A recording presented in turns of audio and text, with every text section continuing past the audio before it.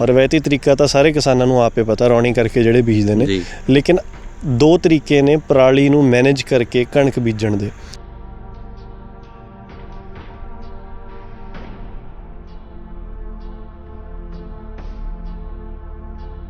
ਇਹ ਪਰਾਲੀ ਆ, ਇਹਨੇ ਸਿਰੇ ਤੋਂ ਸਿਰੇ ਤੱਕ ਕਣਕ ਨੂੰ ਖਾਦ ਦਾ ਕੰਮ ਦੇਣਾ। ਇਹਦੇ ਵਿੱਚ ਤੁਸੀਂ ਜੇ ਧਿਆਨ ਨਾਲ ਕੈਮਰਾ ਨੇੜੇ ਕਰਕੇ ਦੇਖੋ, ਆ ਕਣਕ ਦੇ ਬੂਟੇ ਉੱਗੇ ਹੋਏ ਨੇ।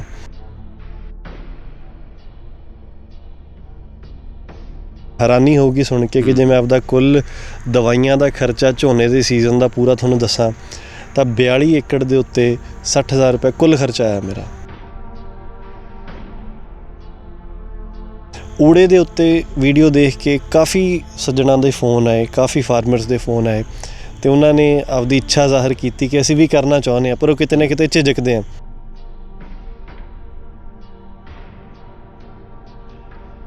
ਮਸ਼ੀਨਰੀ ਬਹੁਤ ਮਹਿੰਗੀ ਹੈ ਜੀ, ਆਹ ਨਹੀਂ ਅਸੀਂ, ਸਾਡੇ ਕੋਲ ਟਰੈਕਟਰ ਛੋਟਾ, ਅਸੀਂ ਆਹ ਕਰਦੇ ਹਾਂ, ਅਤੇ ਉਹ ਫਿਰ ਐਡੀਆਂ ਕਾਰਾਂ ਨੇ, ਮੋਬਾਈਲ ਲੱਖ ਦੇ ਚੱਕੀ ਫਿਰਦੇ ਆ। ਲੱਖ ਨਹੀਂ ਤਾਂ ਸਾਲਾ 25-30 ਹਜ਼ਾਰ ਵਾਲਾ ਤਾਂ ਹਰੇਕ ਨੇ ਚੱਕਿਆ।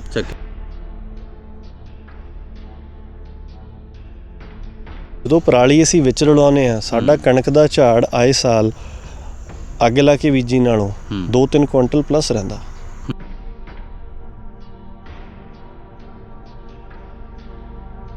ਬਿਲਕੁਲ ਫਾਇਦਾ। ਦੇਖੋ, ਜੇ ਜਿੰਨੀਆਂ ਜ਼ਹਿਰਾਂ ਆਪਾਂ ਘੱਟ ਪਾਵਾਂਗੇ ਉਹਨਾਂ ਦਾਣੇ ਦੇ ਵਿੱਚ ਜ਼ਹਿਰਾਂ ਦਾ ਅਸਰ ਘੱਟ ਜਾਊਗਾ।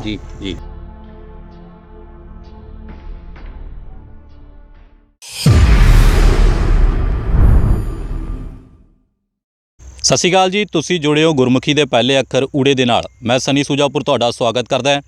ਦਰਸ਼ਕੋ, ਜਿਹੜੇ ਸਾਡੇ ਚੈਨਲ ਨੂੰ ਜੁੜੇ ਹੋਏ ਨੇ ਦਰਸ਼ਕ, ਜਿਹੜੇ ਸਾਡੇ ਨਾਲ ਜੁੜੇ ਹੋਏ ਨੇ, ਉਹਨਾਂ ਨੂੰ ਪਤਾ ਹੋਏਗਾ ਬਾਈ ਅਮਰਿੰਦਰ ਸਿੰਘ ਹੋਰਾਂ ਦਾ, ਜਿਨ੍ਹਾਂ ਨੇ ਕਿ ਪਰਾਲੀ ਨੂੰ ਅੱਗ ਨਾ ਲਾਉਣ ਦੇ ਬਾਰੇ ਉਹਦੇ ਫਾਇਦੇ ਦੱਸੇ ਸੀਗੇ, ਅਤੇ ਜਿਹੜੀ ਬਗੈਰ ਕੱਦੂ ਕੀਤੇ ਝੋਨਾ ਲਾਉਣ ਦੇ ਫਾਇਦੇ ਜਿਹੜੇ ਸੀਗੇ, ਝਾੜ ਵੱਧ ਕਿਵੇਂ ਲਿਆ ਜਾ ਸਕਦਾ, ਉਹ ਸਾਰੀਆਂ ਵੀਡੀਓਜ਼ ਤੁਸੀਂ ਦੇਖੀਆਂ ਸੀਗੀਆਂ। ਅੱਜ ਫਿਰ ਅਸੀਂ ਬਾਈ ਉਹਨਾਂ ਕੋਲ ਪਹੁੰਚੇ ਹਾਂ, ਪਿੰਡ ਸਾਧੂਗੜ੍ਹ। ਅਮਰਿੰਦਰ ਬਾਈ ਹੋਰੀ ਸਾਡੇ ਨਾਲ ਨੇ, ਗੱਲਬਾਤ ਕਰਦੇ ਹਾਂ, ਕਿਉਂਕਿ ਝੋਨੇ ਦੀ ਜਿਹੜੀ ਹੈਗੀ ਵਢਾਈ ਹੋ ਚੁੱਕੀ ਹੈ। ਉਸ ਤੋਂ ਬਾਅਦ ਹੁਣ ਜਿਹੜਾ ਕਣਕ ਦੀ ਬਿਜਾਈ ਹੋ ਰਹੀ ਹੈ, ਔਰ ਕਣਕ ਦੀ ਬਿਜਾਈ ਕਿਸ ਤਰੀਕੇ ਦੇ ਨਾਲ ਕਰ ਰਹੇ ਨੇ, ਉਹਨਾਂ ਨਾਲ ਗੱਲਬਾਤ ਕਰਦੇ ਹਾਂ। ਬਾਈ ਅਮਰਿੰਦਰ, ਸਭ ਤੋਂ ਪਹਿਲਾਂ ਤਾਂ ਬਹੁਤ ਬਹੁਤ ਧੰਨਵਾਦ ਤੁਹਾਡਾ। ਬਹੁਤ ਬਹੁਤ ਧੰਨਵਾਦ ਜੀ ਤੁਹਾਡਾ ਸਾਡੇ ਫਾਰਮ 'ਤੇ ਆਇਆਂ ਦਾ ਜੀ। ਸਾਰੇ ਦਰਸ਼ਕਾਂ ਨੂੰ ਮੇਰੇ ਵੱਲੋਂ ਪਿਆਰ ਭਰੀ ਸਤਿ ਸ਼੍ਰੀ ਅਕਾਲ। ਤੁਸੀਂ ਸਾਡੇ ਫਾਰਮ 'ਤੇ ਆਏ ਹੋ, ਅਤੇ ਵੈਸੇ ਹੀ ਬਹੁਤ ਖੁਸ਼ਹਾਲੀ ਵਾਲਾ ਦਿਨ ਜੀ, ਅਤੇ ਸਾਡੀ ਝੋਨੇ ਦੀ ਕਟਾਈ ਪੂਰੀ ਹੋ ਗਈ ਹੈ ਅਤੇ ਕਣਕ ਦੀ ਬਿਜਾਈ ਲਗਭਗ ਪੂਰੀ ਹੋ ਚੁੱਕੀ ਹੈ। ਅਤੇ ਕੀ ਲੱਗਦਾ, ਜਿਸ ਤਰੀਕੇ ਦੇ ਨਾਲ ਆਪਾਂ ਪਹਿਲਾਂ ਤੁਹਾਡੀਆਂ ਵੀਡੀਓਜ਼ ਜਿਹੜੇ ਸਾਡੇ ਦਰਸ਼ਕਾਂ ਨੇ ਦੇਖੀਆਂ, ਝਾੜ ਕਿੰਨਾ ਕੁ ਨਿਕਲਿਆ ਬਾਈ ਝੋਨੇ ਦਾ? ਝੋਨੇ ਦਾ ਝਾੜ ਬਈ ਆਮ ਤੌਰ 'ਤੇ ਸਾਡਾ ਵੱਟਾਂ ਵਾਲਾ ਜਿਹੜਾ ਝਾੜ ਆ ਉਹ 40+ ਰਹਿੰਦਾ, ਪਰ ਇਸ ਵਾਰੀ ਜਦੋਂ ਸਾਡੀ ਝੋਨੇ ਦੀ ਫਸਲ ਜਿਹੜੀ ਪੂਰੀ ਨਿਸਰੀ ਹੋਈ ਸੀ, ਜਿਹਨੂੰ ਆਪਾਂ ਕਹਿੰਦੇ ਵੀ ਬੂਰ ਪੂਰਾ ਦੁੱਧ ਬਣਿਆ ਹੋਇਆ ਸੀ, ਉਸ ਵੇਲੇ ਸਾਡੇ ਗੜੇ ਪਏ, ਤਾਂ ਵੀ ਡਿੱਗਦੀ ਢਹਿੰਦੀ ਉਹ ਸਾਡੀ ਜੀਰੀ 30 ਕੁਇੰਟਲ 32 ਕੁਇੰਟਲ ਨਿਕਲੀ ਹੈ। ਅਤੇ ਅਸੀਂ ਇਹ ਮੰਨਦੇ ਹਾਂ ਕਿ ਜੇ ਆਮ ਤੌਰ 'ਤੇ ਅਸੀਂ ਸਿੱਧੇ ਕੱਦੂ ਕਰਕੇ ਲਾਏ ਹੁੰਦੇ ਆ ਤਾਂ ਸਾਡਾ ਉਹ ਝਾੜ ਉਸ ਤੋਂ ਵੀ ਹੋਰ ਘੱਟ ਜਾਂਦਾ, ਸਾਡਾ ਖਰਚਾ ਹੋਰ ਵੱਧ ਜਾਂਦਾ। ਤਾਂ ਅਸਲ ਫਸਲ ਦਾ ਝਾੜ ਤਾਂ ਪਰਮਾਤਮਾ ਦੇ ਹੱਥ ਬਸ ਆ, ਆਪਣੀ ਕੋਸ਼ਿਸ਼ ਆ ਮਿਹਨਤ ਕਰਨੀ। ਪਰ ਮੈਂ ਇਹ ਮੰਨਦਾ ਕਿ ਗੜੇ ਪੈਣ ਦੇ ਬਾਵਜੂਦ, ਇੰਨੀ ਬਰਸਾਤਾਂ ਪੈਣ ਦੇ ਬਾਵਜੂਦ ਵੀ ਉਹ ਜੀਰੀ ਜੇ 30-32 ਕੁਇੰਟਲ ਨਿਕਲ ਗਈ ਅਤੇ ਸਾਡਾ ਖਰਚਾ ਜਿਹੜਾ 4-5 ਹਜ਼ਾਰ ਅਸੀਂ ਪਹਿਲਾਂ ਬਚਾ ਲਿਆ, ਫਿਰ ਸਪਰੇਹਾਂ ਦਾ ਬਚਾ ਲਿਆ। ਤੁਹਾਨੂੰ ਹੈਰਾਨੀ ਹੋਊਗੀ ਸੁਣ ਕੇ ਕਿ ਜੇ ਮੈਂ ਆਪਦਾ ਕੁੱਲ ਦਵਾਈਆਂ ਦਾ ਖਰਚਾ ਝੋਨੇ ਦੇ ਸੀਜ਼ਨ ਦਾ ਪੂਰਾ ਤੁਹਾਨੂੰ ਦੱਸਾਂ ਤਾਂ 42 ਏਕੜ ਦੇ ਉੱਤੇ 60,000 ਰੁਪਏ ਕੁੱਲ ਖਰਚਾ ਆਇਆ ਮੇਰਾ ਜੀ। ਅਤੇ ਆਮ ਤੌਰ 'ਤੇ ਤੁਸੀਂ ਕਿਸੇ ਵੀ ਕਿਸਾਨ ਨੂੰ ਪੁੱਛ ਲਓ, ਜੇ ਅਗਲੇ ਨੇ 15 ਏਕੜ 'ਚ ਤੋਂ ਵੱਧ ਕੀਤਾ ਹੋਇਆ ਹੋਣਾ, ਤਾਂ ਜੇ ਉਸ ਚੀਜ਼ ਨੂੰ ਕਨਵਰਟ ਕਰਕੇ ਦੇਖੀਏ ਤਾਂ ਹਾਂ, ਕਿਤੇ ਨਾ ਕਿਤੇ ਝਾੜ ਮੇਰਾ ਹਮੇਸ਼ਾ ਵੱਧ ਰਹਿੰਦਾ ਅਤੇ ਰਿਹਾ ਵੀ ਆ। ਬਾਕੀ ਪਰਮਾਤਮਾ ਦੇ ਹੱਥ ਵਸ ਆ, ਮਾਲੀ ਦਾ ਕੰਮ ਤਾਂ ਮਸ਼ਕਾਂ ਨਾਲ ਪਾਣੀ ਪਾਉਣਾ, ਫਲ ਲਾਉਣਾ ਨਾ ਲਾਉਣਾ ਤਾਂ ਮਾਲਕ ਦੇ ਹੱਥ ਆ। ਅੱਛਾ, ਉਹ ਵੀਡੀਓਜ਼ ਤੋਂ ਬਾਅਦ ਲੋਕਾਂ ਨੇ ਤੁਹਾਡੇ ਨਾਲ ਸੰਪਰਕ ਵੀ ਕੀਤਾ ਹੋਊਗਾ, ਕੋਈ ਹੈਗਾ ਕੋਈ ਇਹੋ ਜਿਹਾ ਕਿਸਾਨ ਤੁਹਾਡੀ ਨਜ਼ਰ ਦੇ ਵਿੱਚ ਜਿਹਨੇ ਤੁਹਾਡੀ ਜਿਹੜੀ ਹੈਗੀ ਹੈ ਇਹ ਟੈਕਨੀਕ ਜਿਹੜੀ ਤੁਸੀਂ ਵਰਤਦੇ ਹੋ ਇਸ ਤਰ੍ਹਾਂ ਦੀ ਅਪਣਾਈ ਹੋਵੇ ਅਤੇ ਹੁਣ ਉਹਦੇ ਨਾਲ ਬਾਅਦ 'ਚੋਂ ਗੱਲਬਾਤ ਕੀਤੀ ਹੋਵੇ ਤੁਸੀਂ? ਮੈਨੂੰ ਬਹੁਤ ਸਾਰੇ ਫ਼ੋਨ ਇਸ ਪਹਿਲੀਆਂ ਵੀਡੀਓਜ਼ 'ਚ ਵੀ ਆਏ, ਲੇਕਿਨ ਗੁਰਮੁਖੀ ਦੇ ਪਹਿਲੇ ਅੱਖਰ ਊੜੇ 'ਤੇ ਜਦੋਂ ਅਸੀਂ ਇਹ ਆਪਣੀ ਵੀਡੀਓ ਪਾਈ, ਉਹਦੇ ਥੱਲੇ ਨੰਬਰ ਦਿੱਤਾ, ਊੜੇ ਦੇ ਉੱਤੇ ਵੀਡੀਓ ਦੇਖ ਕੇ ਕਾਫੀ ਸੱਜਣਾਂ ਦੇ ਫ਼ੋਨ ਆਏ, ਕਾਫੀ ਫਾਰਮਰਸ ਦੇ ਫ਼ੋਨ ਆਏ, ਅਤੇ ਉਹਨਾਂ ਨੇ ਆਪਦੀ ਇੱਛਾ ਜ਼ਾਹਰ ਕੀਤੀ ਕਿ ਅਸੀਂ ਵੀ ਕਰਨਾ ਚਾਹੁੰਦੇ ਹਾਂ, ਪਰ ਉਹ ਕਿਤੇ ਨਾ ਕਿਤੇ ਝਿਜਕਦੇ ਆ। ਜਦੋਂ ਸਾਡੇ ਨਾਲ ਗੱਲ ਕਰਕੇ ਉਹਨਾਂ ਨੂੰ ਇੱਕ ਤਸੱਲੀ ਮਿਲ ਗਈ ਕਿ ਨਹੀਂ ਯਾਰ, ਵਾਕਈ ਬੰਦੇ ਗਰਾਊਂਡ ਨਾਲ ਜੁੜੇ ਹੋਏ ਨੇ, ਮਿੱਟੀ ਨਾਲ ਮਿੱਟੀ ਆਪ ਹੋ ਰਹੇ ਨੇ, ਗੱਲ 'ਚ ਦਮ ਤਾਂ ਹੈ। ਅਤੇ ਕਈ ਲੋਕ ਜੁੜੇ ਨੇ ਦਰਾਹੇ ਦੇ ਕਿ ਫਾਰਮਰਸ ਨੇ, ਲੁਧਿਆਣੇ ਦੇ ਨੇ, ਸਮਰਾਲੇ ਦੇ ਨੇ, ਬਠਿੰਡੇ ਦੇ ਨੇ, ਮਾਨਸਾ ਦੇ ਨੇ, ਦੂਰੋਂ ਅੱਡ ਜ਼ਿਲ੍ਹਿਆਂ 'ਚੋਂ ਆ ਕੇ ਫਾਰਮਰਸ ਨੇ ਸਾਡੀ ਟੈਕਨੀਕ ਨੂੰ ਅਪਣਾਇਆ। ਇੱਥੋਂ ਤੱਕ ਕਿ ਯਮੁਨਾ ਨਗਰ ਤੱਕ ਦੇ ਫਾਰਮਰ ਆ ਕੇ ਸਾਡੇ ਨਾਲ ਜੁੜੇ, ਵੱਟਾਂ 'ਤੇ ਝੋਨਾ ਲਾਇਆ। ਆ ਹੁਣ ਝੋਨਾ ਵੱਢਿਆ, ਉਹਨਾਂ ਨੇ ਫੋਨ ਆਇਆ, ਕਹਿੰਦੇ ਬਾਈ ਜੀ ਬੱਲੇ ਬੱਲੇ ਸਾਡਾ ਤਾਂ ਨਜ਼ਾਰਾ ਆ ਗਿਆ। ਅੱਛਾ ਜੀ। ਖਰਚਾ ਘੱਟ ਹੋਇਆ, ਝਾੜ ਬਰਾਬਰ ਰਹਿ ਗਏ। ਹੁਣ ਜਿੱਥੇ ਕਿਤੇ ਬਰਸਾਤ ਉਨੀ ਨਹੀਂ ਹੋਈ, ਗੜੇ ਨਹੀਂ ਪਏ, ਉੱਥੇ ਝਾੜ ਵਧੀਆ ਨਿਕਲੇ ਨੇ, ਪੂਰੇ ਟੌਪ ਦੇ ਨਿਕਲੇ ਨੇ। ਸਾਡੇ ਗੜੇ ਪੈਣ ਦੇ ਬਾਵਜੂਦ ਸਾਡੀ ਆਮ ਨਾਲੋਂ ਮਤਲਬ ਜੇ ਅਸੀਂ ਕੱਦੂ ਕਰਕੇ ਜਦੋਂ ਲਾਉਂਦੇ ਸੀ ਉਹਦੇ ਨਾਲੋਂ ਸਾਡੀ ਤਾਂ ਵੱਧ ਨਿਕਲ ਗਈ। ਤਾਂ ਇਸ ਤਾਂ ਆਪ ਮੰਨਦੇ ਹਾਂ ਕਿ ਬਾਗੋ ਬਾਗ ਆ ਝਾੜ ਵਾਲੀ ਗੱਲ। ਬਿਲਕੁਲ। ਅੱਛਾ ਬਾਈ, ਹੁਣ ਜਦੋਂ ਤਕਰੀਬਨ ਅਸੀਂ ਦੇਖ ਰਹੇ ਹਾਂ ਕਿ ਕਣਕ ਦੀ ਬਿਜਾਈ ਤੁਸੀਂ ਤਕਰੀਬਨ ਕਰ ਲਈ ਹੈ, ਅਤੇ ਹੁਣ ਕਿੱਦਾਂ ਟੈਕਨੀਕ ਆ, ਕਿਸ ਤਰੀਕੇ ਦੇ ਨਾਲ ਤੁਸੀਂ ਬਿਜਾਈ ਕਰ ਰਹੇ ਹੋ? ਦੇਖੋ ਬਿਲਕੁਲ ਸਿੰਪਲ ਫੰਡਾ। ਕੰਬਾਈਨ ਹਾਰਵੈਸਟਰ ਨੇ 1 ਦਿਨ 'ਚ ਝੋਨਾ ਵੱਢਿਆ ਜਾਂਦਾ। ਜ਼ਿਆਦਾ ਖੇਤ ਨੇ 2-3 ਦਿਨ ਲੱਗ ਜਾਣਗੇ। ਝੋਨਾ ਵੱਢਿਆ ਗਿਆ, ਪਰਾਲੀ ਪਿੱਛੇ ਪਈ ਹੈ, ਉਹਨੂੰ ਕਣਕ ਨੂੰ ਬੀਜਣ ਦੇ 2 ਤਰੀਕੇ ਨੇ ਰਵਾਇਤੀ ਤਰੀਕੇ ਤੋਂ ਇਲਾਵਾ। ਰਵਾਇਤੀ ਤਰੀਕਾ ਤਾਂ ਸਾਰੇ ਕਿਸਾਨਾਂ ਨੂੰ ਆਪੇ ਪਤਾ, ਰੌਣੀ ਕਰਕੇ ਜਿਹੜੇ ਬੀਜਦੇ ਨੇ, ਲੇਕਿਨ 2 ਤਰੀਕੇ ਨੇ ਪਰਾਲੀ ਨੂੰ ਮੈਨੇਜ ਕਰਕੇ ਕਣਕ ਬੀਜਣ ਦੇ। ਪਹਿਲਾ ਤਰੀਕਾ ਕਿ ਪਰਾਲੀ ਨੂੰ ਖੇਤ 'ਚ ਖੰਡਾਓ, ਝੋਨਾ ਵੱਢਿਆ ਗਿਆ, ਉਸੇ ਬੱਤ ਦੇ ਵਿੱਚ ਪਹਿਲੀ ਗਿੱਲ ਦੇ ਵਿੱਚ ਹੀ ਹੈਪੀ ਸੀਡਰ ਦੇ ਨਾਲ ਬਿਜਾਈ ਕਰ ਦਿਓ। ਉਹਦੇ ਨਾਲ ਕਣਕ ਬਹੁਤ ਸੋਹਣੀ ਜੰਮਦੀ ਹੈ। ਜੇ ਤੁਸੀਂ ਉਹ ਚੀਜ਼ ਨਹੀਂ ਕਰਨਾ ਚਾਹੁੰਦੇ, ਕਿਸਾਨ ਸੋਚਦੇ ਆ ਕਿ ਨਹੀਂ ਪਰਾਲੀ ਉੱਤੇ ਰਹਿ ਜੂਗੀ, ਐਂ ਨਹੀਂ ਹੋਣਾ, ਉਹ ਨਹੀਂ ਹੋਣਾ, ਤਾਂ ਦੂਜੀ ਮਸ਼ੀਨ ਆ ਗਈ ਸੁਪਰ ਸੀਡਰ। ਤੁਸੀਂ ਝੋਨੇ ਦੀ ਪਰਾਲੀ ਨੂੰ ਉਹਦੇ ਅੱਗੇ ਜਿਹੜੀ ਮਸ਼ੀਨ ਸੁਪਰ ਸੀਡਰ ਆ ਉਹਨੂੰ ਵਿੱਚੇ ਰਲਾ ਦਿੰਦੀ ਹੈ ਮਿੱਟੀ ਦੇ ਵਾਹ ਕੇ, ਜਿਵੇਂ ਕਿ ਆ ਪਿਛਲੇ ਖੇਤ ਤੁਸੀਂ ਦੇਖ ਸਕਦੇ ਹੋ। 70% ਪਰਾਲੀ ਮਿੱਟੀ ਦੇ ਵਿੱਚ ਚਲੀ ਜਾਂਦੀ ਹੈ, ਕੁਛ 20-25% ਐਂ ਪਈ ਆ। ਜਿਹੜੀ ਇਹ ਪਰਾਲੀ ਆ ਇਹਨੇ ਸਿਰੇ ਤੋਂ ਸਿਰੇ ਤੱਕ ਕਣਕ ਨੂੰ ਖਾਦ ਦਾ ਕੰਮ ਦੇਣਾ। ਇਹਦੇ ਵਿੱਚ ਤੁਸੀਂ ਧਿਆਨ ਨਾਲ ਕੈਮਰਾ ਨੇੜੇ ਕਰਕੇ ਦੇਖੋ, ਆ ਕਣਕ ਦੇ ਬੂਟੇ ਉੱਗੇ ਹੋਏ ਨੇ। ਬਿਲਕੁਲ। ਤਾਂ ਇਹ ਅਸੀਂ ਇਹਨੂੰ ਕੋਈ ਰੌਣੀ ਨਹੀਂ ਕੀਤੀ, ਕੋਈ ਕੁਛ ਨਹੀਂ ਕੀਤਾ, ਸਿਰਫ ਕੰਬਾਈਨ ਵੱਢ ਕੇ ਨਿਕਲ ਗਿਆ ਅਤੇ ਨਾਲ ਦੀ ਨਾਲ ਅਸੀਂ ਸੁਪਰ ਸੀਡਰ ਦੇ ਨਾਲ ਪਹਿਲਾਂ ਅਸੀਂ ਰੀਪਰ ਮਾਰ ਕੇ ਖੇਤ ਦੇ ਵਿੱਚ ਖਿਲਾਰਤਾ ਪਰਾਲੀ ਨੂੰ, ਉਹ ਤੋਂ ਬਾਅਦ ਸੁਪਰ ਸੀਡਰ ਦੇ ਨਾਲ ਬਿਜਾਈ ਕਰਤੀ। ਜਿੱਥੇ ਕਿਤੇ ਆਪਾਂ ਨੂੰ ਲੱਗਦਾ ਕਿ SMS ਨਾਲ ਨਹੀਂ ਵੱਢੀ ਗਈ, ਜਿਵੇਂ ਕਿ ਸਾਡੇ ਕੁਝ ਖੇਤ ਸੀਗੇ ਜਦੋਂ ਮਸ਼ੀਨ ਵਾਲੇ ਕਹਿੰਦੇ ਵੀ ਨਹੀਂ ਯਾਰ SMS ਤਾਂ ਚਲਾਉਣਾ ਹੀ ਨਹੀਂ, ਤੁਹਾਡੇ ਕਰਕੇ ਲਾਉਣਾ ਪੈਂਦਾ, ਤਾਂ ਸਾਡੇ ਕੋਲ ਇੱਕ ਮਸ਼ੀਨ ਆ ਮਲਚਰ ਨਾਮ ਦੀ, ਉਹਦੇ ਨਾਲ ਅਸੀਂ ਪਰਾਲੀ ਨੂੰ ਪੂਰਾ ਮਲਚ ਕਰਤਾ। ਪਰਾਲੀ ਦੀ ਤੂੜੀ ਉਹ ਬਣ ਜਾਂਦੀ ਹੈ ਅਤੇ ਉਹਨੂੰ ਖੇਤ 'ਚ ਰਲਾਉਣਾ ਕੋਈ ਔਖੀ ਗੱਲ ਨਹੀਂ, ਅਤੇ ਉਹ ਨਿਰੀ ਖਾਦ ਆ ਅਤੇ ਖੇਤਾਂ ਨੂੰ ਖਾਦ ਬਣ ਕੇ ਲੱਗਦੀ ਆ। ਅਤੇ ਸਾਨੂੰ ਕਣਕ ਦੇ ਵਿੱਚ ਵੀ ਦਵਾਈਆਂ ਜਾਂ ਸਪਲੀਮੈਂਟ ਪਾਉਣ ਦੀ ਲੋੜ ਨਹੀਂ ਪੈਂਦੀ, ਕਿਉਂਕਿ ਮਿੱਟੀ ਦੇ ਵਿੱਚੋਂ ਹੀ ਉਹਨੂੰ ਸਾਰਾ ਕੁਛ ਮਿਲਦਾ। ਇੱਕ ਚੀਜ਼ ਆਪਾਂ ਸੋਚੋ, ਤੁਸੀਂ ਇੱਕ ਕਣਕ ਦਾ ਆਪਣਾ ਝੋਨੇ ਦਾ ਨਾੜ ਆ ਜਿਹੜਾ, ਆਪਾਂ ਝੋਨੇ ਦੇ ਸਿਰਫ ਦਾਣੇ ਕੱਢ ਲਏ, ਨਾੜ ਤਾਂ ਸਾਰਾ ਖੇਤ 'ਚ ਪਿਆ। 70 ਨਹੀਂ 60 ਨਹੀਂ 50% ਜਾਨ ਤਾਂ ਉਸ ਨਾੜ 'ਚ ਹੈਗੀ ਆ। ਅਕਸਰ ਜਿਹਨੂੰ ਲਾਟ ਬਣ ਕੇ ਅੱਗ ਲੱਗਦੀ ਆ, ਉਹਦੇ 'ਚ ਕੁਛ ਤਾਂ ਤੱਤ ਨੇ, ਤਾਂ ਉਹ ਜਿਹੜੇ ਤੱਤ ਆਪਾਂ ਝੋਨੇ ਨੂੰ ਸਿਰੇ ਤੋਂ ਸਿਰੇ ਤੱਕ ਪਾਉਂਦੇ ਆ, ਉਹ ਕਣਕ ਦੇ ਕੰਮ ਆ ਜਾਣੇ ਆ। ਸੋ ਇਸ ਕਰਕੇ ਅਸੀਂ ਇਹਦੇ ਨਾਲ 2 ਚੀਜ਼ਾਂ ਆਪਣੀਆਂ ਕਾਇਮ ਕਰ ਜਾਂਦੇ ਹਾਂ। ਇੱਕ ਤਾਂ ਆਪਣਾ ਖਰਚਾ ਬਚਾ ਲਿਆ, ਇੱਕ ਆਪਣੀ ਆਉਣ ਵਾਲੀ ਫਸਲ ਨੂੰ ਜਿਹੜੀ ਸਪਲੀਮੈਂਟ ਪਾਉਣੇ ਸੀਗੇ ਉਹ ਸਾਨੂੰ ਕੁਦਰਤੀ ਸਰੋਤ 'ਚ ਮਿਲ ਗਏ। ਅਤੇ ਸਭ ਤੋਂ ਵੱਡੀ ਜਿਹੜੀ ਪਵਨ ਗੁਰੂ ਪਾਣੀਪਤ ਵਾਲੀ ਗੱਲ ਆ, ਹਰ ਗੁਰਦੁਆਰੇ ਹਰ ਪਿੰਡ ਦੇ ਵਿੱਚ ਸਵੇਰੇ ਹੁੱਕਾ ਵੱਜਦਾ ਕਿ ਆਪਾਂ ਪਰਾਲੀ ਨੂੰ ਅੱਗ ਜੇ ਲਾਉਂਦੇ ਆ, ਧੂੰਆਂ ਹੁੰਦਾ, ਵਾਤਾਵਰਨ ਗੰਦਾ ਹੋ ਗਿਆ, ਤਾਂ ਫਿਰ ਪਵਨ ਨੂੰ ਗੁਰੂ ਜੇ ਮੰਨ ਰਹੇ ਹੋ ਅਤੇ ਦੂਜੇ ਪਾਸੇ ਆਪਾਂ ਅੱਗ ਲਾ ਰਹੇ ਹਾਂ। ਮੈਂ ਇਹ ਨਹੀਂ ਕਹਿੰਦਾ ਕਿ ਜਿਹੜਾ ਕੋਈ ਲਾ ਰਿਹਾ ਉਹ ਬੇਸਮਝ ਆ ਜਾਂ ਕੁਛ, ਲੇਕਿਨ ਆਪਾਂ ਜਿਹੜੇ ਕਰ ਸਕਦੇ ਨੇ ਇਹ ਚੀਜ਼, ਜਿਹੜਾ ਕਿਸਾਨ 100 ਕਿੱਲੇ ਦੀ ਖੇਤੀ ਕਰ ਰਿਹਾ, ਜਿਹੜਾ 50 ਦੀ ਖੇਤੀ ਕਰ ਰਿਹਾ, ਜਿਹੜਾ 20 ਦੀ ਕਰ ਰਿਹਾ, ਉਹ ਬਹੁਤਾ ਨਹੀਂ, ਉਹ ਕੋਈ 2 ਕਿੱਲੇ ਛੱਡਦਾ ਆਪਦੇ। ਆਪਾਂ ਕਹਿ ਦਿੰਦੇ ਹਾਂ ਕਿ ਠੀਕ ਆ ਵੀ ਮਸ਼ੀਨਰੀ ਬਹੁਤ ਮਹਿੰਗੀ ਆ ਜੀ, ਆਹ ਨਹੀਂ, ਅਸੀਂ ਸਾਡੇ ਕੋਲ ਟਰੈਕਟਰ ਛੋਟਾ, ਅਸੀਂ ਆਹ ਕਰਦੇ ਹਾਂ, ਅਤੇ ਉਹ ਫਿਰ ਐਡੀਆਂ ਕਾਰਾਂ ਨੇ, ਮੋਬਾਈਲ ਲੱਖ ਦੇ ਚੱਕੀ ਫਿਰਦੇ ਆ। ਲੱਖ ਨਹੀਂ ਤਾਂ ਸਾਲਾ 25-30 ਹਜ਼ਾਰ ਵਾਲਾ ਤਾਂ ਹਰੇਕ ਨੇ ਚੱਕਿਆ। ਤਾਂ ਉਹ ਚੀਜ਼ਾਂ ਵੇਲੇ ਖਰਚਾ ਕਿੱਥੋਂ ਆ ਜਾਂਦਾ? ਆਪਾਂ ਉਹੀ ਚੀਜ਼ ਆਪਣੀ ਮਸ਼ੀਨਰੀ ਵਾਲੇ ਕਿਉਂ ਨਹੀਂ ਸੋਚਦੇ? ਜੇ ਤੁਸੀਂ ਮੁੱਲ ਦੀ ਮਸ਼ੀਨਰੀ ਲਿਆ ਕੇ ਨਹੀਂ ਬੀਜਣਾ ਚਾਹੁੰਦੇ ਤਾਂ ਸੁਸਾਇਟੀਆਂ 'ਚ ਮਸ਼ੀਨਾਂ ਅਵੇਲੇਬਲ ਨੇ, ਕਿਰਾਏ 'ਤੇ ਲਿਆ ਕੇ ਬੀਜ ਲਓ। ਇੱਕ ਵਾਰੀ ਤਜਰਬਾ ਕਰਕੇ ਤਾਂ ਦੇਖੋ, ਬਹੁਤਾ ਨਹੀਂ 2 ਏਕੜ 'ਚ ਕਰਕੇ ਦੇਖ ਲਓ, ਤੁਹਾਨੂੰ ਉਹਦਾ ਨਤੀਜਾ ਆਪ ਪਤਾ ਲੱਗ ਜਾਊਗਾ। ਜਦੋਂ ਤੁਹਾਡਾ ਖਰਚਾ ਘਟੂਗਾ ਅਤੇ ਤੁਹਾਡੇ ਦਿਲ ਨੂੰ ਸਕੂਨ ਮਿਲੂਗਾ ਕਿ ਯਾਰ ਵਾਤਾਵਰਨ ਨੂੰ ਅਸੀਂ ਵਾਕਈ ਗੰਧਲਾ ਨਹੀਂ ਕਰਿਆ। ਬਿਜਾਈ ਤੱਕ ਬਾਈ ਜੀ, ਜੇ ਆਪਾਂ ਤੁਹਾਡੇ ਤਰੀਕੇ ਦੇ ਨਾਲ ਚੱਲਦੇ ਹਾਂ ਤਾਂ ਕਿੰਨਾ ਕੁ ਖਰਚਾ ਆ ਜਾਂਦਾ ਐਸਟੀਮੇਟ? ਦੇਖੋ ਇਹ ਗੱਲ ਮੈਂ ਸਪਸ਼ਟ ਕਰ ਦਿੰਦਾ ਕਿ ਜਿਹੜਾ ਬਿਜਾਈ ਦਾ ਖਰਚਾ, ਇਹ ਸਭ ਤੋਂ ਵੱਡਾ ਜਿਹੜਾ ਇਹਦਾ ਰਿਲੇਸ਼ਨ ਆ ਉਹ ਤੇਲ ਦੇ ਨਾਲ। ਤੇਲ ਤੇ ਮਸ਼ੀਨਰੀ ਦੀ ਕਾਸਟ। ਜੀ ਮਸ਼ੀਨਾਂ ਦੀ ਕੀਮਤ ਬਹੁਤ ਜ਼ਿਆਦਾ ਮਹਿੰਗੀ ਹੋ ਗਈ। ਜਿਹੜੀ ਮਸ਼ੀਨ ਲੱਖ ਰੁਪਏ ਦੀ ਹੁੰਦੀ ਸੀ ਉਹ ਮਸ਼ੀਨ 2.25 ਲੱਖ ਦੀ ਹੋ ਗਈ। ਜਿਹੜੀ 2 ਦੀ ਹੁੰਦੀ ਸੀ ਉਹ 4 ਦੀ ਹੋਈ ਪਈ ਆ। ਅਤੇ ਦੂਜਾ ਨੰਬਰ ਤੇਲ ਤਾਂ ਹੁਣ ਚਲੋ ਸਰਕਾਰ ਨੇ 10 ਰੁਪਏ ਘਟਾ ਕੇ ਖੁਸ਼ ਕਰਤਾ, ਉਹ ਵੀ ਜਦੋਂ ਕਿਸਾਨਾਂ ਦੀ ਬਿਜਾਈ ਨਿਬੜ ਚੁੱਕੀ ਹੈ ਉਦੋਂ। ਲੇਕਿਨ 100 ਰੁਪਏ ਲੀਟਰ ਤੇਲ ਲੈ ਕੇ ਤੁਸੀਂ ਜੇ ਇੰਨੀ ਮਿਹਨਤ ਖੇਤ ਦੇ ਵਿੱਚ ਕਰੋ ਅਤੇ ਉਹ ਤੋਂ ਬਾਅਦ ਫਸਲ ਦਾ ਆਊਟਪੁੱਟ ਦੇਖ ਕੇ ਸੋਚੋ ਕਿ ਯਾਰ ਉਹਦੇ ਨਾਲ ਤੇਲ ਦੇ ਪੈਸੇ ਤੁਸੀਂ ਕੱਢ ਲਓਗੇ, ਨਹੀਂ ਕੱਢ ਸਕਦੇ। ਤੁਸੀਂ ਆਪਦੇ ਨੈੱਟ ਪ੍ਰੋਫਿਟ ਦੇ ਵਿੱਚੋਂ ਪੈਸੇ ਲਾਓਗੇ ਤਾਂ ਰਲਣਾ। ਲੇਕਿਨ ਮੈਂ ਤੁਹਾਨੂੰ ਇੱਕ ਛੋਟੀ ਜਿਹੀ ਉਦਾਹਰਨ ਦਿੰਦਾ। ਪਿਛਲੇ ਸਾਲ ਜਦੋਂ ਊੜੇ ਵਾਲੀ ਆਪਾਂ ਵੀਡੀਓ ਕੀਤੀ ਆ, ਪਹਿਲੀ ਵੀਡੀਓ, ਉਸ ਵੇਲੇ ਅਸੀਂ ਮਤਲਬ ਜਿਹੜਾ ਡੀਜ਼ਲ ਭਰਾਇਆ ਉਹ 91 ਰੁਪਏ ਭਰਾਇਆ ਜਦੋਂ ਝੋਨਾ ਲਾ ਰਹੇ ਸੀਗੇ। ਉਸ ਤੋਂ ਪਿਛਲੇ ਸਾਲ ਅਸੀਂ ਜਦੋਂ ਝੋਨਾ ਲਾ ਰਹੇ ਸੀ ਅਸੀਂ 61 ਰੁਪਏ ਪਵਾਇਆ।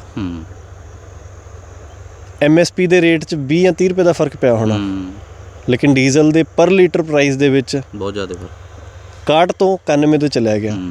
ਆਪਾਂ ਖੁਸ਼ ਸੀਗੇ ਵੀ ਠੀਕ ਹੈ ਕਿਸਾਨਾਂ ਨੇ ਟੋਲ ਬੰਦ ਕਰਾਤੇ ਜੀ, ਨਜ਼ਾਰੇ ਆ ਗਏ, ਜਿਹੜਾ ਟੋਲ ਬੰਦ ਨੇ, ਸਿੱਧਾ ਉਹ ਡੀਜ਼ਲ 'ਚ ਪੈ ਗਿਆ। ਅਤੇ ਉਹ ਵੀ ਸਿੱਧਾ ਆਪਾਂ ਨੂੰ ਲੱਗਦਾ ਕਿ ਨਹੀਂ, ਪਰ ਸਟੇਟ ਗੌਰਮੈਂਟ ਨੂੰ ਦੇਣਾ ਪੈਣਾ। ਇਹਨਾਂ ਨੇ ਤਾਂ ਸਟੇਟ ਗੌਰਮੈਂਟ ਦੇ ਮੱਥੇ ਮੜ ਦੇਣਾ ਸੈਂਟਰ ਨੇ ਵੀ ਤੁਹਾਡੇ ਕੰਨੀ ਇੰਨਾ ਲਿਖਤਾ ਭਾਈ ਦੇ ਦਿਓ। ਜੇ ਇਹਨੂੰ ਲੰਬੇ ਤੁਸੀਂ ਆਪਣੇ ਇੱਕ 3 ਫਸਲਾਂ ਦੇ ਚੱਕਰ ਦੇ ਰੂਪ ਦੇ ਵਿੱਚ ਸਿਰਜ ਕੇ ਦੇਖੋਗੇ ਫਿਰ ਤੁਹਾਡਾ ਖਰਚਾ ਘੱਟਦਾ, ਕਿਉਂਕਿ ਝੋਨੇ ਦੇ ਉੱਤੇ ਨਾ ਤਾਂ ਕੱਦੂ ਕਰਿਆ, ਜਿਹੜਾ ਝੋਨੇ ਦੇ ਵਿੱਚ ਕੱਦੂ ਨਹੀਂ ਕਰਿਆ ਉਹ ਡੀਜ਼ਲ ਬਚ ਗਿਆ, ਝੋਨੇ ਦੇ ਉੱਤੇ ਫਾਲਤੂ ਸਪਰੇਹਾਂ ਨਹੀਂ ਕਰੀਆਂ ਉਹ ਖਰਚਾ ਬਚ ਗਿਆ। ਹੁਣ ਉਸ ਚੀਜ਼ ਨੂੰ ਮੈਂ ਆਪਦਾ ਮਨ ਇੱਥੇ ਖੜਾ ਲੈਂਦਾ ਵੀ ਮੈਂ ਉਦੋਂ ਫਾਲਤੂ ਖਰਚਾ ਨਹੀਂ ਕਰਿਆ, ਤਾਂ ਜੇ ਮੈਂ ਪਵਨ ਨੂੰ ਗੁਰੂ ਮੰਨਦਾ, ਮੈਂ ਬਾਣੀ ਦੇ ਲੜ ਲੱਗਦਾ, ਤਾਂ ਮੈਂ ਆਪਦੀ ਵਾਤਾਵਰਨ ਨੂੰ ਗੰਧਲੇ ਹੋਣ ਤੋਂ ਬਚਾ ਲਿਆ। ਤਾਂ ਚੱਲ ਉਹ ਖਰਚਾ ਮੈਂ ਇੱਧਰ ਕਰ ਲਿਆ ਵੀ ਮੈਂ ਆਪਦੀ ਪਰਾਲੀ ਨੂੰ ਵਿੱਚ ਰਲਾਤਾ, ਉਹਨੂੰ ਇੱਧਰ ਕੰਪਨਸੇਟ ਕਰਤਾ। ਕੋਈ ਕਿਸੇ ਨੂੰ ਚੱਕ ਕੇ ਨਹੀਂ ਫੜਾਉਂਦਾ, ਨਾ ਹੀ ਕਿਸੇ ਸਰਕਾਰ ਨੇ ਆ ਕਿ ਤੁਹਾਡੀਆਂ ਜੇਬਾਂ ਭਰਨੀਆਂ ਨੇ। ਤੁਹਾਨੂੰ ਆਪ ਆਪਣੀਆਂ ਚੀਜ਼ਾਂ ਨੂੰ ਮੈਨੇਜ ਕਰਨਾ ਪੈਣਾ। ਇੱਕ ਵਾਰੀ ਤੁਸੀਂ ਆਪ ਮੈਨੇਜ ਕਰਨਾ ਸਿੱਖ ਗਏ, ਸਰਕਾਰ ਤੋਂ ਵੀ ਤੁਸੀਂ ਸਹੀ ਚੀਜ਼ ਮੰਗੋਗੇ, ਸਰਕਾਰ ਤਾਂ ਦੇਊਗੀ। ਆਪਾਂ ਉਹੀ ਰੌਲਾ ਪਾਈ ਜਾਈਏ ਤਾਂ ਗੱਲ ਨਹੀਂ ਬਣਦੀ। ਇਹ ਕਦੋਂ ਕੁ ਬਾਈ ਜੀ ਬਿਜਾਈ ਸ਼ੁਰੂ ਕੀਤੀ ਸੀ ਤੁਸੀਂ? ਅਸੀਂ ਬਿਜਾਈ ਸ਼ੁਰੂ ਕੀਤੀ ਸੀਗੀ ਬਾਈ ਜੀ ਅੱਜ ਤੋਂ ਠੀਕ 8 ਦਿਨ ਪਹਿਲਾਂ, ਅਤੇ ਅੱਜ ਸਾਡਾ ਕੰਮ ਲਗਭਗ ਨਿਬੜਨ ਵਾਲਾ, ਕਿਉਂਕਿ ਬਰਸਾਤ ਕਰਕੇ ਜਿਵੇਂ ਮੈਂ ਤੁਹਾਨੂੰ ਦੱਸਿਆ ਕਾਫੀ ਜ਼ਿਆਦਾ ਗਿੱਲ ਸੀ ਤਾਂ ਮਸ਼ੀਨਾਂ ਚੱਲਦੀਆਂ ਨਹੀਂ ਸੀ, ਗੂੜਾ ਫਸਦਾ ਸੀ, ਜ਼ਿਆਦਾ ਗਿੱਲ 'ਚ ਵੀ ਬਿਜਾਈ ਨਹੀਂ ਹੁੰਦੀ। ਸਾਡੀ ਜਿਹੜੀ ਮਿੱਟੀ ਆ ਇਹ ਬਹੁਤ ਖਾਸ ਤਰ੍ਹਾਂ ਦੀ ਮਿੱਟੀ ਆ, ਸਾਧੂਗੜ੍ਹ ਕਲੇਲ ਉਹ ਮੈਨੂੰ ਕਹਿੰਦੇ ਨੇ, ਬਹੁਤ ਜ਼ਿਆਦਾ ਡਾਕਰ ਆ, ਗਿੱਲੀ ਗੋਹਾ ਅਤੇ ਸੁੱਕੀ ਲੋਹਾ। ਮਤਲਬ ਜੇ ਮੈਂ ਉਰੇ ਕੋਈ ਬਾਹਰੋਂ ਬੰਦਾ ਆਉਂਦਾ, ਕਈ ਵਾਰੀ ਕੋਈ ਫਾਰਮਰ ਵੀ ਆਉਂਦਾ ਕੋਈ ਅਲੱਗ ਪਿੰਡ ਤੋਂ ਜਾਂ ਜ਼ਿਲ੍ਹੇ ਤੋਂ, ਤਾਂ ਉਹਨਾਂ ਨੂੰ ਕਹਾਂਗੇ ਯਾਰ ਤੁਹਾਡੀ ਮਿੱਟੀ ਦੀ ਕਿਸਮ ਕਿਹੋ ਜਿਹੀ ਆ, ਕਹੀ ਨਾਲ ਟੋਆ ਪੱਟਣ ਲੱਗ ਜਾਓ ਬੱਖੀਆਂ ਇਕੱਠੀਆਂ ਹੋ ਜਾਂਦੀਆਂ, ਨਹੀਂ ਪੱਟਿਆ ਜਾਂਦਾ। ਸਾਡੇ ਆਮ ਆਪਾਂ ਜਿਹੜਾ ਨੱਕੇ ਲਾਉਂਦੇ ਹਾਂ ਸਾਡੇ ਹੱਥਾਂ ਨਾਲ ਲੱਗਦੇ ਆ, ਕਈਆਂ ਨਾਲ ਨਹੀਂ ਲੱਗਦੇ। ਮਿੱਟੀ ਅਸੀਂ ਅੱਛਾ ਜੇ ਆਪਾਂ ਗੱਲ ਕਰੀਏ ਜਿੱਦਾਂ ਤੁਸੀਂ ਝੋਨੇ ਦੇ ਝਾੜ ਦੇ ਵਿੱਚ ਫਰਕ ਦੀ ਗੱਲ ਕੀਤੀ ਸੀ, ਤੁਹਾਨੂੰ ਲੱਗਦਾ ਇਸ ਤਰੀਕੇ ਦੇ ਨਾਲ ਝਾੜ ਦੇ ਵਿੱਚ ਫਰਕ ਪੈਂਦਾ? ਜਦੋਂ ਪਰਾਲੀ ਅਸੀਂ ਵਿੱਚ ਰਲਾਉਂਦੇ ਹਾਂ ਸਾਡਾ ਕਣਕ ਦਾ ਝਾੜ ਆਏ ਸਾਲ ਅੱਗ ਲਾ ਕੇ ਬੀਜੀ ਨਾਲੋਂ 2-3 ਕੁਇੰਟਲ ਪਲੱਸ ਰਹਿੰਦਾ। ਅਤੇ ਜਿੱਦਾਂ ਆਪਾਂ ਅੱਜ ਕੱਲ੍ਹ ਹੁਣ ਜ਼ਿਆਦਾਤਰ ਇਹ ਚੀਜ਼ ਹੋ ਗਈ ਹੈ ਕਿ ਔਰਗੈਨਿਕ ਜਿਹੜੀ ਫਾਰਮਿੰਗ ਵੱਲ ਨੂੰ ਲੋਕ ਤਾਂ ਥੋੜ੍ਹਾ ਜਿਹਾ ਰੁਝਾਨ ਕਰ ਰਹੇ ਨੇ, ਕਿਉਂਕਿ ਜਿਹੜੀਆਂ ਪੈਸਟੀਸਾਈਡਸ ਨੇ ਸਾਡੀਆਂ ਹੈ ਨਾ, ਉਹ ਸਾਡੇ ਸਿਹਤ ਨੂੰ ਨੁਕਸਾਨ ਕਰ ਰਹੀਆਂ। ਸਿਹਤ ਪਰਖੀ ਜਦੋਂ ਆਹ ਕਰੋਨਾ ਦੌਰ ਆਇਆ ਉਸ ਤੋਂ ਬਾਅਦ ਲੋਕ ਥੋੜ੍ਹਾ ਸੁਚੇਤ ਹੋਏ ਆ। ਔਰ ਕਣਕ ਦੀ ਗੱਲ ਹੈ ਅਤੇ ਕਿਤੇ ਨਾ ਕਿਤੇ ਆਪਾਂ ਘਰਾਂ 'ਚ ਵੀ ਰੱਖਦੇ ਹਾਂ, ਆਪਣੇ ਖਾਣ ਲਈ ਵੀ ਰੱਖਦੇ ਹਾਂ। ਜੇ ਆਪਾਂ ਉਸ ਤਰੀਕੇ ਨਾਲ ਸੋਚੀਏ ਤਾਂ ਉਸ ਤਰੀਕੇ ਦੇ ਨਾਲ ਵੀ ਫਾਇਦਾ? ਬਿਲਕੁਲ ਫਾਇਦਾ। ਦੇਖੋ ਜੇ ਜਿੰਨੀਆਂ ਜ਼ਹਿਰਾਂ ਆਪਾਂ ਘੱਟ ਪਾਵਾਂਗੇ ਉਹਨਾਂ ਦਾਣੇ ਦੇ ਵਿੱਚ ਜ਼ਹਿਰਾਂ ਦਾ ਅਸਰ ਘੱਟ ਜਾਊਗਾ। ਜੀ ਜੇ ਤੁਸੀਂ ਜ਼ਹਿਰਾਂ ਨਹੀਂ ਪਾਈਆਂ, ਦਾਣੇ ਦੇ ਵਿੱਚ ਜ਼ਹਿਰਾਂ ਨਹੀਂ ਗਈਆਂ, ਅਤੇ ਜਿਹੜਾ ਤੁਸੀਂ ਆਟਾ ਖਾਓਗੇ ਜਾਂ ਚੌਲ ਖਾਓਗੇ ਉਹ ਜ਼ਹਿਰਾਂ ਤੋਂ ਮੁਕਤ ਆ। ਬਿਲਕੁਲ ਉਹ ਜ਼ਹਿਰਾਂ ਵਾਲੇ ਦੇ ਬਰਾਬਰ ਕਿਵੇਂ ਉਹਨੂੰ ਤੁਸੀਂ ਤੋਲ ਸਕਦੇ ਹੋ? ਆਪਣੀਆਂ ਜਿੰਨੀਆਂ ਬਿਮਾਰੀਆਂ ਨੇ ਅੱਜ ਤੋਂ ਤੁਸੀਂ 40 ਸਾਲ ਪਿੱਛੇ ਚੱਲ ਜਾਓ, ਕਿੱਥੇ ਸੀਗੀਆਂ ਇਹ? ਹੋਣਗੀਆਂ ਵੱਡੇ ਸ਼ਹਿਰਾਂ 'ਚ ਟਾਮਿਆਂ ਹੋਣਗੀਆਂ, ਲੇਕਿਨ ਹੁਣ ਅੱਜ ਆਮ ਮੁਹੱਲਿਆਂ ਦੇ ਵਿੱਚ ਮਤਲਬ ਤੁਸੀਂ ਇਹ ਦੇਖ ਲਓ ਵੀ ਸਭ ਤੋਂ ਵੱਧ ਦੁਕਾਨਾਂ ਜੇ ਖੁੱਲ੍ਹਦੀਆਂ ਨੇ ਤਾਂ ਕਿਹੜੀਆਂ ਖੁੱਲ੍ਹਦੀਆਂ ਨੇ? ਕੈਮਿਸਟ ਸ਼ਾਪ, ਫਾਰਮੇਸੀ, ਕੈਮਿਸਟ, ਠੀਕ ਹੈ ਜੀ, ਉਹੀ ਡਾਕਟਰ ਬਣੇ ਬੈਠੇ ਨੇ। ਆ ਮਾੜਾ ਜਿਹਾ ਐਂ ਹੁੰਦਾ ਜੀ ਉਹੀ ਦਵਾਈ ਲਿਖ ਕੇ ਦਿੰਦੇ ਵੀ ਆਹ ਖਾ ਲਾ ਯਾਰ ਕੋਈ ਗੱਲ। ਸੋ ਇਹ ਚੀਜ਼ ਆਪਾਂ ਨੂੰ ਸਮਝਣੀ ਪਊਗੀ ਕਿ ਜਿਵੇਂ ਹੁਣ ਕਿਸਾਨੀ ਬਿੱਲ ਸੀਗੇ, ਕਿਸਾਨਾਂ ਨੇ ਬਹੁਤ ਛੇਤੀ ਸਮਝ ਲਿਆ ਕਿ ਨਹੀਂ ਸਾਨੂੰ ਲੜਨਾ ਪੈਣਾ, ਸਾਨੂੰ ਜੰਗ ਲੜਨੀ ਪੈਣੀ ਹੈ ਵੀ ਕਾਲੇ ਕਾਨੂੰਨ ਨੇ ਰੱਦ ਕਰਾਉਣੇ ਨੇ, ਤੁਰ ਪਏ ਨਾ। ਉਵੇਂ ਜਿਵੇਂ ਹੁਣ ਕਿਸਾਨੀ ਬਿੱਲਾਂ ਦੀ ਸਮਝ ਆ ਗਈ ਸੀ, ਆਈ ਹੁਣ ਹੌਲੀ ਹੌਲੀ ਜਦੋਂ ਕਿਸਾਨਾਂ ਨੂੰ ਜਾਂ ਹੋਰ ਸਾਰੇ ਵਰਗ ਨੂੰ ਜਦੋਂ ਇਹ ਸਮਝ ਆਊਗੀ ਕਿ ਸਾਨੂੰ ਕਿਵੇਂ ਇੱਕ ਮੈਡੀਕਲ ਮਾਫੀਆ ਦੇ ਵਿੱਚ ਜਕੜਿਆ ਹੋਇਆ।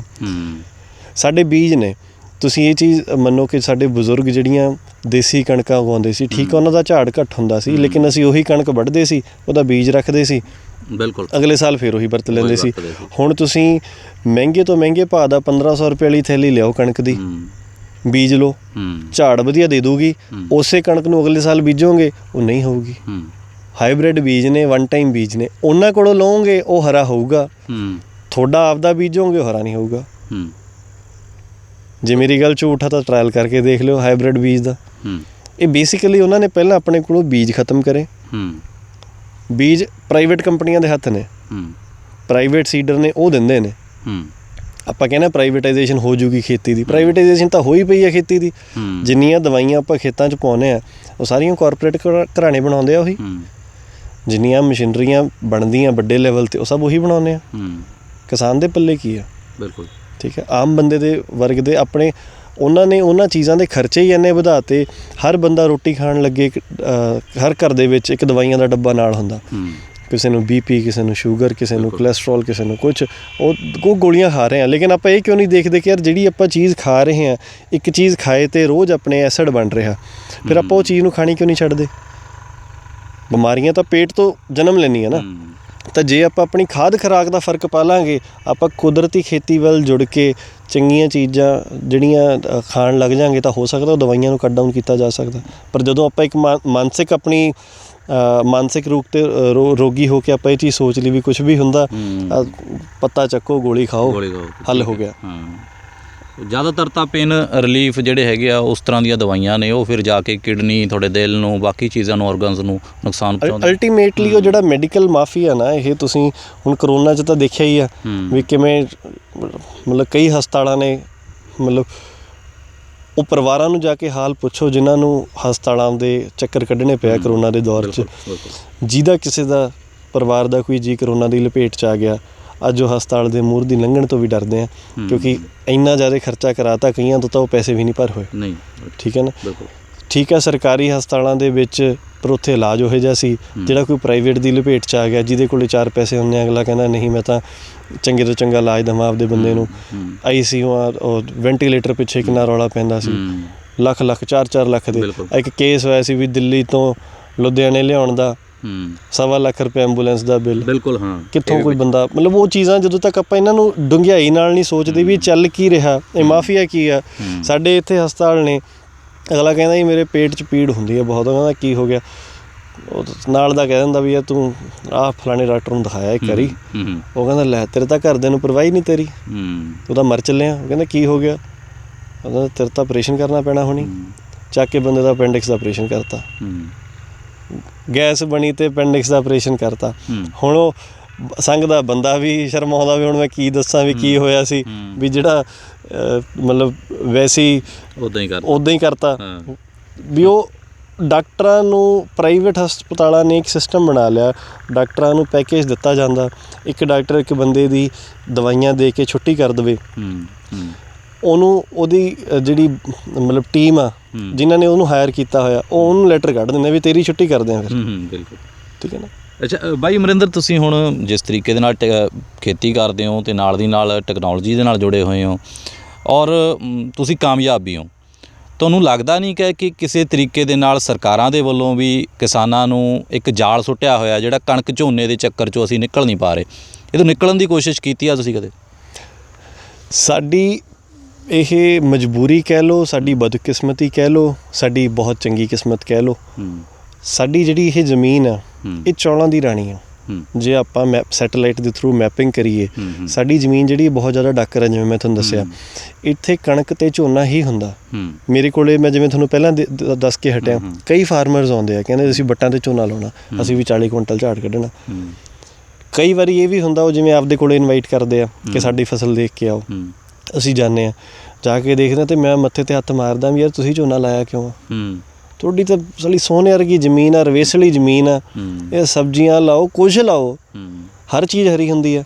ਸਾਡੇ ਇੱਥੇ ਪਾਣੀ ਦੀ ਮਾਰ ਆ, ਸਾਡੇ ਫਲੱਡ ਆਉਂਦੇ ਨੇ ਹਰ ਸਾਲ, ਆਏ ਸਾਲ ਆਉਂਦੇ ਨੇ, ਉਸ ਕਰਕੇ ਸਾਡੇ ਸਬਜ਼ੀਆਂ ਜਾਂ ਹੋਰ ਚੀਜ਼ਾਂ ਕਾਮਯਾਬ ਨਹੀਂ ਹੋ ਪਾਉਂਦੀਆਂ।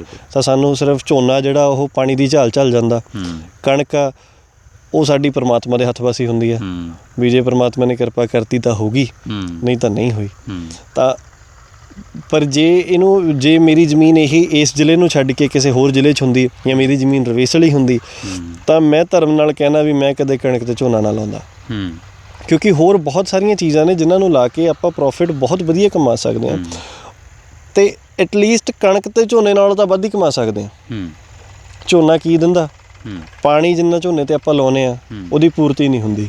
ਮੈਂ ਕਣਕ ਵੀ ਜੇ ਲਾਈ ਹੈ ਤਾਂ ਇਹਨੂੰ ਸਾਰਾ ਫੁਆਰੇ ਨਾਲ ਪਾਣੀ ਦੇਣਾ। ਤੁਹਾਨੂੰ ਰੇਨ ਗੰਨਾਂ ਚੱਲਦੀਆਂ ਦਿਖਾ ਦਿੰਦੇ ਹਾਂ। 70% ਪਾਣੀ ਖੇਤ ਦੇ ਧਰਤੀ ਦੇ ਵਿੱਚੋਂ ਘੱਟ ਕੱਢਣਾ, 50% ਪਾਣੀ ਅਸੀਂ ਝੋਨੇ ਨੂੰ ਘੱਟ ਦਿੰਦੇ ਹਾਂ। ਜੇ ਕੱਦੂ ਕਰਕੇ ਝੋਨਾ ਲਾਉਣਾ ਹੁੰਦਾ ਤਾਂ ਮੈਂ ਬਹੁਤ ਦੇਰ ਪਹਿਲਾਂ ਖੇਤੀ ਛਡਾ ਦਿੰਦਾ ਵੀ ਨਹੀਂ, ਪਾਣੀ ਦਾ ਇੰਨਾ ਪਾਪ ਨਹੀਂ ਕਰਨਾ, ਕੋਈ ਚੱਕਰ ਨਹੀਂ। ਅਤੇ ਜੇ ਇਹ ਚੀਜ਼ਾਂ ਆਪਾਂ ਨੂੰ ਆਪ ਸਮਝਣੀਆਂ ਪੈਣੀਆਂ। ਅੱਜ ਪਾਣੀ ਅਤੇ ਹਵਾ ਦੀ ਕਿੱਲਤ ਤੋਂ ਮਤਲਬ ਜਦੋਂ ਆਉਂਦੀ ਹੈ ਨਾ ਚੀਜ਼ ਦੀ ਕਿੱਲਤ ਪੈਂਦੀ ਹੈ। ਕਰੋਨਾ ਦੇ ਵਿੱਚ ਆਪਾਂ ਨੂੰ ਬਹੁਤ ਚੀਜ਼ਾਂ ਸਿੱਖਣ ਨੂੰ ਮਿਲੀਆਂ। ਜਲੰਧਰੋਂ ਪਹਾੜ ਦਿਖਣ ਲੱਗ ਗਏ ਸੀ। ਬਿਲਕੁਲ।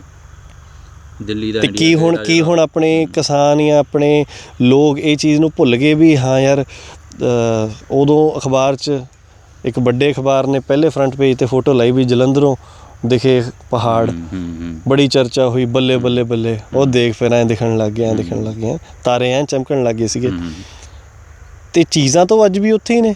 ਆ ਪ੍ਰਦੂਸ਼ਣ ਹਵਾ 'ਚ ਹੋ ਗਿਆ। ਇਹਦਾ ਇਕੱਲਾ ਦੋਸ਼ ਕਿਸਾਨਾਂ ਨੂੰ ਨਹੀਂ ਹੈ, ਪਰਾਲੀ ਨੂੰ ਨਹੀਂ ਮੈਂ ਕਹੂੰਗਾ ਵੀ ਇਕੱਲੀ ਪਰਾਲੀ ਨਾਲ। ਜਿੰਨੀਆਂ ਫੈਕਟਰੀਆਂ ਨੇ, ਜਿੰਨੀਆਂ ਗੱਡੀਆਂ ਚੱਲਦੀਆਂ ਨੇ, ਇਹ ਸਾਰੀਆਂ ਚੀਜ਼ਾਂ ਨੂੰ ਉਹਦਾ ਸ਼੍ਰੇਅ ਜਾਂਦਾ। ਜੇ ਹੁਣ ਇੱਕ ਵਾਰੀ ਲੋਕਡਾਊਨ ਲਾਉਣ 'ਤੇ ਵਿਸ਼ਵ ਪੱਧਰ 'ਤੇ ਮਤਲਬ ਜਿਹੜੇ ਵਾਤਾਵਰਣ ਦੇ ਮਾਹਰ ਸੀਗੇ, ਇਨਵਾਇਰਮੈਂਟਲਿਸਟ, ਉਹ ਸਾਰੇ ਕਹਿੰਦੇ ਵੀ ਬਹੁਤ ਚੰਗਾ ਹੋ ਗਿਆ ਵੀ ਚਲੋ ਬਿਮਾਰੀ ਦੇ ਰੂਪ 'ਚ ਹੀ ਸਹੀ ਸਾਡੀਆਂ ਸਰਕਾਰਾਂ ਨੇ ਪਹਿਲਾਂ ਨਹੀਂ ਕਦੇ ਸਾਡੀ ਸੁਣੀ, ਲੇਕਿਨ ਇੱਕ ਕੁਦਰਤੀ ਕਰੋਪੀ ਹੋਈ ਜਿਹਦੇ ਕਰਕੇ ਸਾਰਾ ਕੁਛ ਠੱਪ ਹੋਇਆ ਅਤੇ ਸਾਡੇ ਵਾਤਾਵਰਣ ਨੂੰ ਇੱਕ ਬ੍ਰੇਕ ਮਿਲ ਗਈ, ਉਹਨੇ ਆਪਦੇ ਆਪ ਨੂੰ ਰਿਵਾਈਵ ਕਰ ਲਿਆ। ਸੋ ਉਵੇਂ ਹੀ ਜਿਵੇਂ ਵਾਤਾਵਰਣ ਨੇ ਆਪਦੇ ਆਪ ਨੂੰ ਰਿਵਾਈਵ ਕੀਤਾ, ਜੇ ਆਪਾਂ ਜ਼ਹਿਰਾਂ ਪਾਉਣੀਆਂ ਅਤੇ ਆ ਜਿਹੜੇ ਪੁੱਠੇ ਰੱਪ ਪਏ ਹੋਏ ਆ, ਜੇ ਇਹਦੇ ਤੋਂ ਆਪਾਂ ਇੱਕ ਵਾਰੀ ਬ੍ਰੇਕ ਲਾਉਂਦੇ ਹਾਂ, ਇੱਕ ਵਾਰੀ ਜ਼ਮੀਨ ਝਾੜ ਜ਼ਰੂਰ ਘਟਾਊਗੀ ਜਦੋਂ ਤੁਸੀਂ ਆਪਦਾ ਰੇਹ ਸਪਰੇਅ ਯੂਰੀਆ ਘਟਾਊਗੀ, ਲੇਕਿਨ ਹੌਲੀ ਹੌਲੀ ਉਹਦਾ ਤੁਹਾਨੂੰ ਨਜ਼ਾਰਾ ਆ ਜਾਊਗਾ। ਨਾਲੇ ਤਾਂ ਕੰਪਨੀਆਂ ਨੂੰ ਅਕਲ ਆ ਜਾਊਗੀ ਵੀ ਸਾਡਾ ਮਾਲ ਘੱਟ ਵਿਕਣ ਲੱਗ ਗਿਆ। ਅਤੇ ਨਾਲੇ ਇਹ ਵੀ ਇੱਕ ਮੈਂ ਸੁਣਿਆ ਕਿ ਪਤਾ ਨਹੀਂ ਇਹ ਸਹੀ ਹੈ ਗੱਲ ਜਾਂ ਨਹੀਂ, ਕਿ ਜਿਸ ਤਰੀਕੇ ਦੇ ਨਾਲ ਅਸੀਂ ਹੁਣ ਪਰਾਲੀ ਨੂੰ ਅੱਗ ਲਾਉਂਦੇ ਹਾਂ ਜਾਂ ਪੈਸਟੀਸਾਈਡਸ ਪਾਉਂਦੇ ਹਾਂ, ਪਰ ਜਦੋਂ ਅਸੀਂ ਉਹਨੂੰ ਔਰਗੈਨਿਕ ਕਰਨਾ ਹੁੰਦਾ ਤਾਂ ਕੁਝ ਸਾਲ ਲੱਗਦੇ ਨੇ। ਬਿਲਕੁਲ ਕੁਛ ਦੇਖੋ ਹੁਣ ਤੁਸੀਂ ਇਹ ਸੇਮ ਫੰਡ ਆ, ਜਿਵੇਂ ਹੁਣ ਇੱਕ ਡਰੱਗ ਐਡਿਕਟ ਆ, ਕੋਈ ਡਰੱਗ ਐਡਿਕਟ ਆ, ਉਹਨੂੰ ਤੁਸੀਂ ਉਹਦੀ ਡੋਜ਼ ਬਹੁਤ ਜ਼ਿਆਦਾ ਆ, ਤੁਸੀਂ ਉਹਨੂੰ 2 ਦਿਨ 'ਚ ਹੀ ਨੋਰਮਲ ਬੰਦਾ ਨਹੀਂ ਬਣਾ ਸਕਦੇ। ਉਹਨੂੰ ਰੀਹੈਬ 'ਚ ਭੇਜੋਗੇ, ਕੁਛ ਟਾਈਮ ਲੱਗੂਗਾ।